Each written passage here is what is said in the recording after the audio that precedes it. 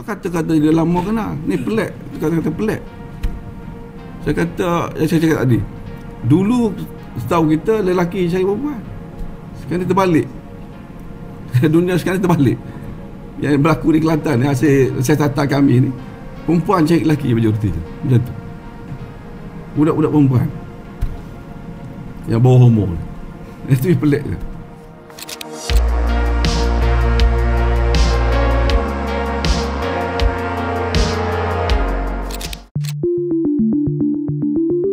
Assalamualaikum dan selamat kembali ke Domer TV. Pendedahan Ketua Polis Kelantan amat membimbangkan kerana data menunjukkan tren yang sedang mencanak naik. Namun yang menjadi kejutan ialah kerana gejala sosial berlaku di kalangan anak-anak berusia semuda 11 tahun. Maksudnya, sejak akil baligh sudah mulai kelakuan tidak senonoh dalam kalangan kanak-kanak di Kelantan. Sedangkan pada zaman lalu, masih belum ada keinginan untuk melakukan hubungan intim biarpun bebas bergaul dengan remaja perempuan sekampung. Tetapi kini, semuanya sudah berubah. Kanak-kanak tidak segan silu mengakui sudah ada teman perempuan dan tidak juga takut melakukan zina. Menurut laporan polis, 98% sumbang mahram berlaku atas dasar suka sama suka. Contoh terbaru yang berlaku minggu lepas di mana anak saudara perempuan minta dengan bapa saudara untuk bersama di bawah umur. Ada kes lagi sampai satu perempuan, ada 3 orang lelaki, 2 lelaki, 5 lelaki pun ada. Suka sama suka. Bukan kata kerana dia paksa dak. Bila kita siasat suka sama suka. Pola seks remaja sudah berubah. Namun yang memedihkan ialah bagaimana ibu bapa hendak mendepaninya. Bagaimana masyarakat boleh menerimanya. Antara penyebab utama penyakit sosial zaman ini adalah akses mudah kepada pornografi melalui telefon pintar. Jelas sekali pornografi merupakan satu perbuatan yang bersalahan dengan hukum syariat kerana ia mendorong seseorang lelaki atau perempuan kepada perbuatan yang tidak bermoral. Titik tolak untuk memahami pornografi dalam Islam ialah melalui firman Allah Subhanahu Wa Taala yang bermaksud, katakanlah kepada laki-laki yang beriman, hendaklah mereka menahan pandangannya dan menjaga kemaluannya. Yang demikian itu adalah lebih suci bagi mereka. Sesungguhnya Allah Maha mengetahui apa yang mereka perbuat. Katakanlah pula kepada perempuan yang beriman, hendaklah mereka menahan pandangannya dan menjaga kemaluannya. Dan janganlah mereka menampakkan perhiasannya kecuali yang biasa nampak padanya. Melalui telefon pintar jugalah remaja dan anak muda senang berkomunikasi untuk berjumpa hingga terjerumus dengan perbuatan zina. Hal ini disahkan oleh Ketua Polis Kelantan. Sebab hasil penemuan kami, majoriti yang kes rogol ni perempuan mesti ada simpan benda-benda berkaitan saya cakap tadi, filem porno dan sebagainya, gambar dan sebagainya. Ada setengah tu gambar dia sendiri, dia rakam bogel pun ada.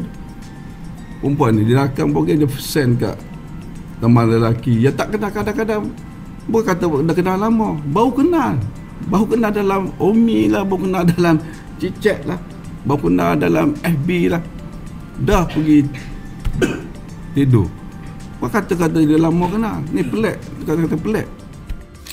Data mengikut negeri menunjukkan Selangor telah mencatatkan kes jenayah seksual tertinggi dalam tempoh 3 tahun sehingga 2024. Manakala di Kelantan pula, peningkatan kes rogol di kalangan budak perempuan bawah umur 16 tahun juga meningkat sehingga 17% setiap tahun.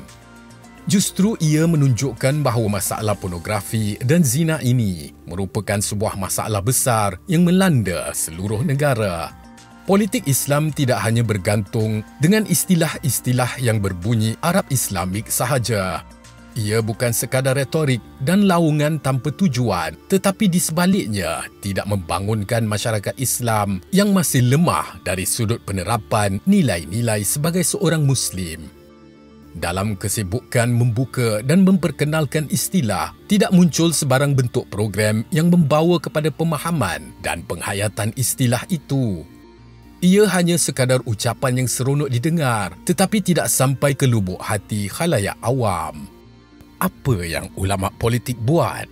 Apakah yang aktivis politik yang bercakap parti kami adalah parti Islam lakukan setelah 35 tahun berkuasa? Mencanaknya angka maksiat dalam kalangan penduduk yang lebih 90% Melayu Islam dan dipimpin oleh ulama politik adalah sebuah kegagalan yang tidak boleh dimaafkan.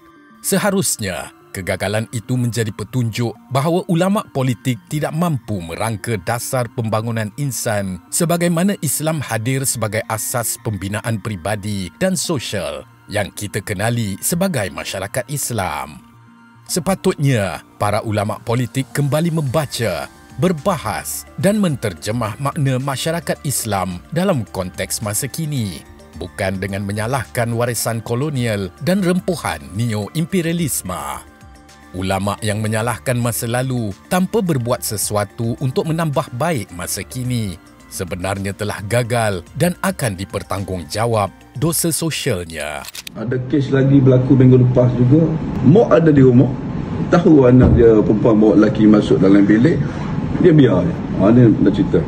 Jadi benda ni bukan saya nak sekadar nak cerita pasal nak rendah pasal isu masalah peningkatan skill rogu. Masalahnya masalah sosial.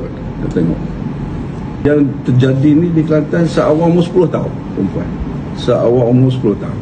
Yang lelaki pula seawal umur 11 tahun. Baru berlaku. Lelaki umur 11 tahun, perempuan umur 15 tahun mengandung. Situasi masyarakat kini juga telah turut berubah.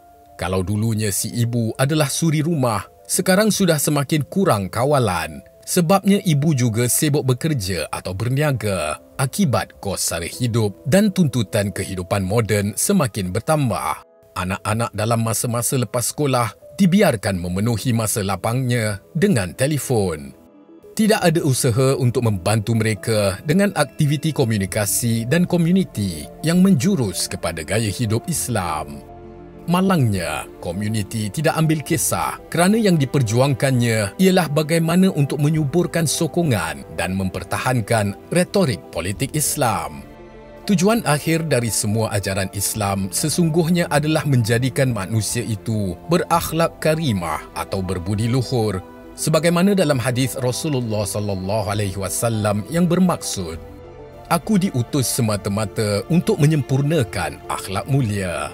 Membangunkan sebuah masyarakat yang berakhlak mulia seharusnya menjadi tumpuan para pemimpin dan ulama politik kerana ia akan meningkatkan kualiti masyarakat setaraf dengan apa yang diajarkan oleh agama. Dalam rangka melaksanakan tugas sebagai khalifah itu, manusia harus menjaga kesucian diri dan keturunannya, termasuk memelihara diri daripada mendekati bahaya zina seperti pornografi. Zina adalah perbuatan paling keji dan jalan yang sesat.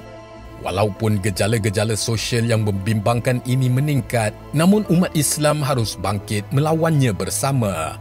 Ia merupakan tanggungjawab pemimpin, para pendakwah dan ulama, penguasa, komuniti dan juga keluarga.